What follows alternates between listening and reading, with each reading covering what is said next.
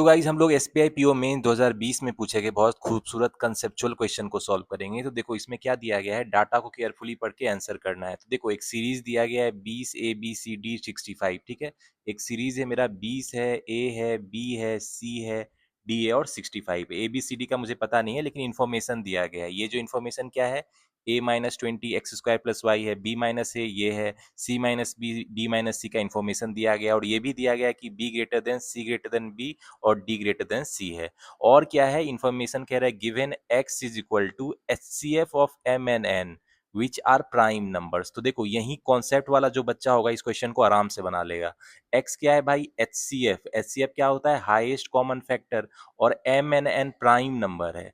तो ध्यान से देखना, m and n prime number जो है, मान लो कोई प्राइम नंबर है 5 और 7, तो इसका हाईएस्ट कॉमन फैक्टर क्या होगा, कॉमन सेंस यूज करो, 1 होगा ना।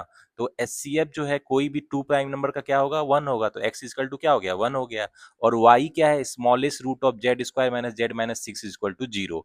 तो ये जो क्वाड्रेटिक इक्वेशन है z² z minus 6 equal to 0, इसका स्मॉलेस्ट रूट क्या है, y है। तो इसका फटाफट निकाल दो, ये कितना हो जाएगा, 1 प्लस माइनस 1 24 हो जाएगा, ठीक है, डिवाइड बाय क्या हो जाएगा, 2 हो जाएगा। तो यानी ये कितना हो गया, 1 प्लस माइनस 5/2, यानी आ गया ये 3 और -2। तो स्मॉलेस्ट रूट क्या है, -2 है। तो यानी यहाँ पे क्या हो जाएगा, y का वैल्यू जो है मेरा कितना हो जाएगा, -2 हो जाएगा ना। तो x y का वैल्यू पता चल गया अब आपको। तो यहाँ पे देखो a-20 कितना दिया गया भाई, a-20 कितना, x² प्लस y, यानी 1 माइनस 1 -2 -1 हो गया, यानी a का वैल्यू कितना हो गया भाई, a का वैल्यू 19 हो गया। a का वैल्यू पता चल गया ना। अब देखो a का वैल्यू पता चल गया, तो b माइनस a क्या है मेरा, b माइनस a क्या है मेरा, ये है x प्लस 1 का होल स्क्वायर, यानी 4 हो गया, और क्या हो गया, प्लस y कितना है, -2 है, यानी 2 हो गया। यानी b का वैल्यू कितना हो गया, a प्लस 2, यानी b का वैल्यू कितना हो गया, 21 हो गया। ठीक है, इसी तरह c का वैल्यू निकालो, c माइनस 21 कितना दिया गया है, x प्लस 2, यानी 9 -2, यानी 7 हो जाएगा। यानी c का वैल्यू कितना आ गया, 28 आ गया।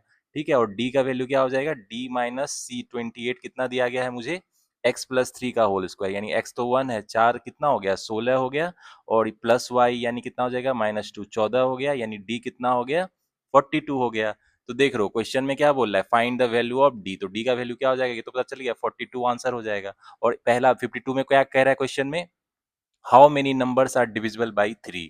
तो देखो मेरा a कितना है, 19, ये तो 3 से डिविजिबल नहीं है। b, हाँ ये 3 से डिविजिबल है। c क्या है मेरा, 28 है, तो 3 से डिविजिबल नहीं है। d क्या है, 42, 3 से डिविजिबल है।